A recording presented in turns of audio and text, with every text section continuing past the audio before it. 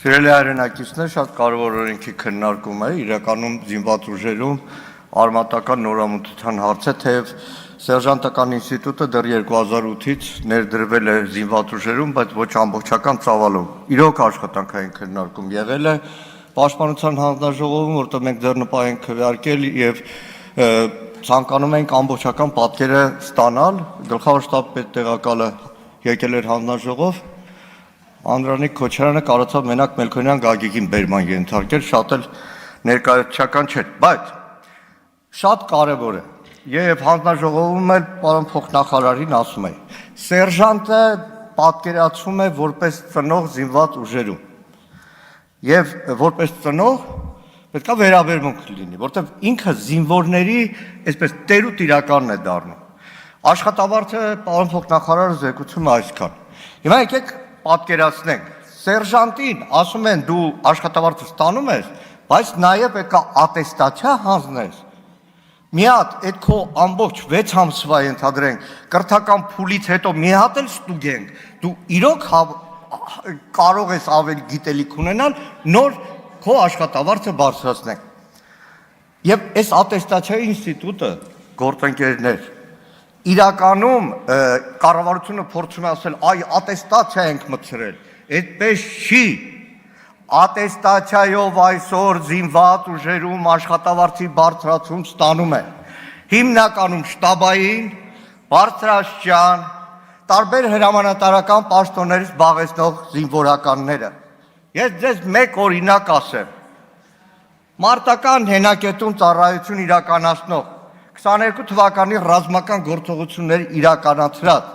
տասնյակ կյանքեր փրկած դիպուկահարը ատեստացիայից կտրվել է, գիտեք ինչից, Շարայինից։ Նայեք, իրականում ահավոր է աշխատավարձը։ Մենք այսօր եկանք ազգային ժողով Խնդրում եմ ժամանակը ավելացրեք նաև խմբակցության անձերից։ Իրար քննադատեցինք, կռիվ արեցինք, բան արեցինք, գնացինք ամեն մեկը ստանում է մոտավորապես մի օրվա համար, այսօր մենք գնացինք, պետական բյուջեից մեզ փոխանցում են 22,000 դրամ, պատգամավորներ, ճանապարհը հիմա Մատենադարամություն Նիկոլ Փաշինյանն էլի գնալ կրթելու հետ կապված պարեկները բանը փակել են, պարեկները առանց ատեստացիա, որտեղ պարեկը համարում է դե արդեն 5 ամիս սովորել է, ինչ ատեստացիա պարեկին, թեկուզ ոչ բարձրագույն կրթությամբ, ստանում է 371,000 դրամ։ Այս պահին, որ մենք այստեղ նստած ենք,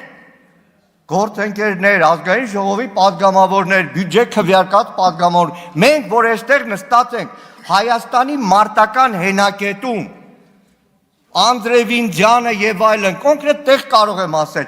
մարտական հերթապահություն իրականացնող պայմանագրային զինծառայողը գիտեք ինչքան է ստանում։ Մենք ստացել ենք 22,000 դրամ, պարեկը մոտավորապես ստացել է 11,000 դրամ մի օրվա համար։ Մարտական հերթապահություն իրականացնողը ստացել է 1,700 դրամ։ 1,700 դրամ։ Սա է իրականությունը, այդ ատեստացիայով 100 քանի հազար դրամներ, չի մանրամասնում պարոն փոխնախարարը, 1000-ից ավել սերժանտ է պետք լինելու զինված ուժերում, ամենաստորին մակարդակում, որը առնվազն 10 զինվորի տեր ու տիրականն է լինելու,